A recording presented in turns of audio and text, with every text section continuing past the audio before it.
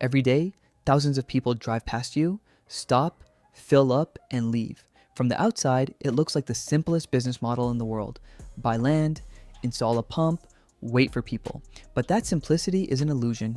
Owning a gas station is actually one of the hardest business models to truly understand, because what you see is not actually where the money comes from.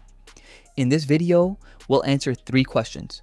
First, how much does it really cost to open a gas station? Second, where do owners actually make their money? Because the answer is completely different from what you think. Third, and most importantly, what's hiding underground, something you can't see with your own eyes that could cost you a financial disaster years later? Stay until the end, because this last part is what most people never know before signing. Part 1. Startup costs, the visible iceberg. Let's start with the numbers. If you want to build a gas station from scratch, the first obstacle you face is the land.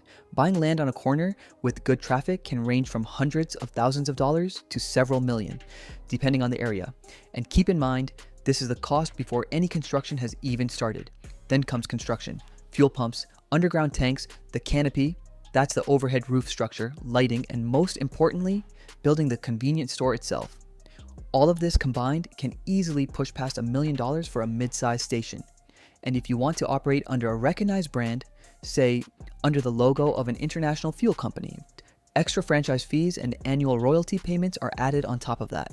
So why do people take on such a huge risk to enter this business?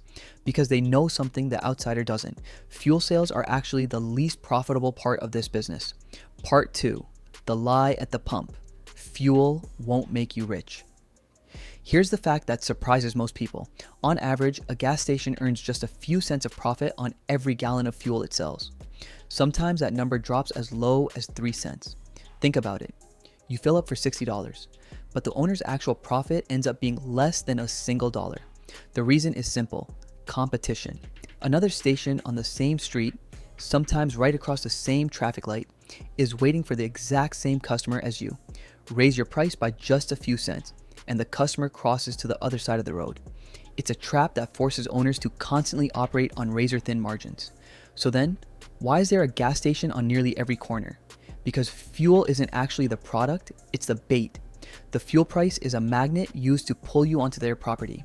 The real game begins the moment you step out of your car and walk inside. Part 3. The hidden money machine.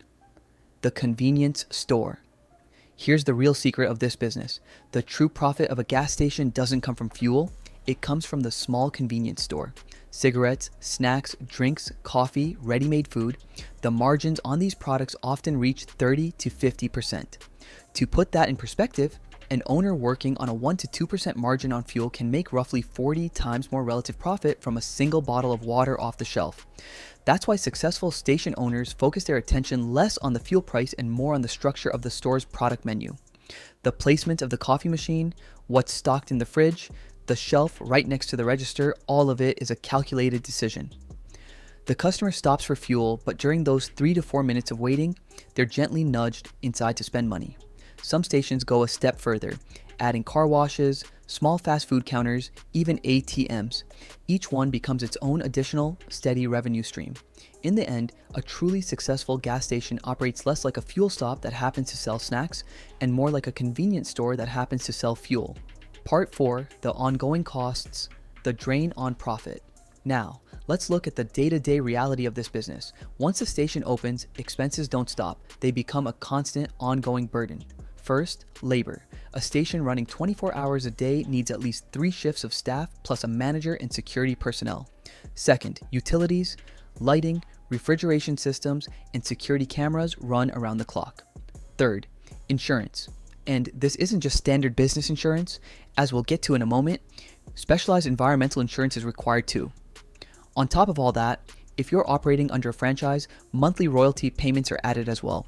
So the passive income model many people imagine when they think of this business is in reality an active business that demands constant attention and management. Part 5, the $1 million risk buried underground. And here it is, the most important part of this video. The thing most people never know before signing. Beneath every gas station sit massive metal tanks. These are called underground storage tanks. Over the years, exposure to soil moisture and chemical reactions causes these tanks to gradually corrode. And one day, without any warning at all, a small crack can form in that tank. This might not sound like a movie scene. There's no explosion, no fire, but the consequences, over the long run, can end up costing far more than any explosion would. The leaking fuel slowly seeps into the soil, mixes into the underground water table, and can damage the entire region's environmental condition. The moment this is discovered, the owner no longer has a choice. This becomes a mandatory legal process. Cleanup costs can sometimes run into the hundreds of thousands, sometimes exceeding $1 million. And here's the worst part. In some cases, this liability can still catch up with you years after you've sold the station. If the contamination happened during your period of ownership, the legal responsibility stays with you, not the new owner, but the previous one. That's why the single most important step for anyone looking to buy a gas station is to conduct a thorough environmental inspection before signing anything. Soil samples are taken, the condition of the old tanks is checked, historical records are reviewed. An owner who skips this step might later discover that what looked like a great deal was actually a hidden bomb buried right beneath their feet. Part 6. Regulations and Permits, the Invisible Bureaucracy. Alongside the underground risk, this business is also subject to constantly evolving regulations. Environmental agencies routinely require ongoing monitoring of the tanks. Any suspicion of a leak immediately becomes an incident that must be reported without delay. On top of that, the storage of hazardous materials, fire safety requirements, and worker safety standards all trigger continuous inspections. This means owning a gas station isn't just being a retailer, it also means being a manager who's constantly dealing with compliance issues. Conclusion: the merger of two businesses. So, putting all of this together, it becomes clear that a gas station isn't really one business at all. It's actually the merger of two completely different businesses.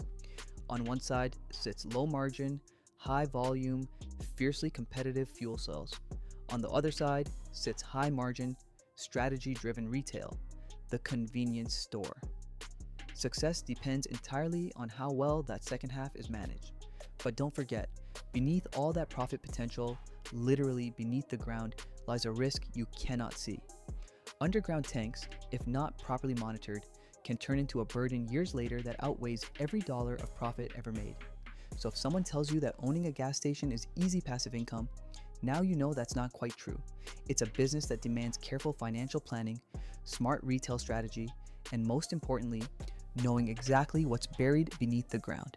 If this video showed you the real face of the gas station business, don't forget to like it and subscribe to the channel to learn the hidden economics behind other types of businesses.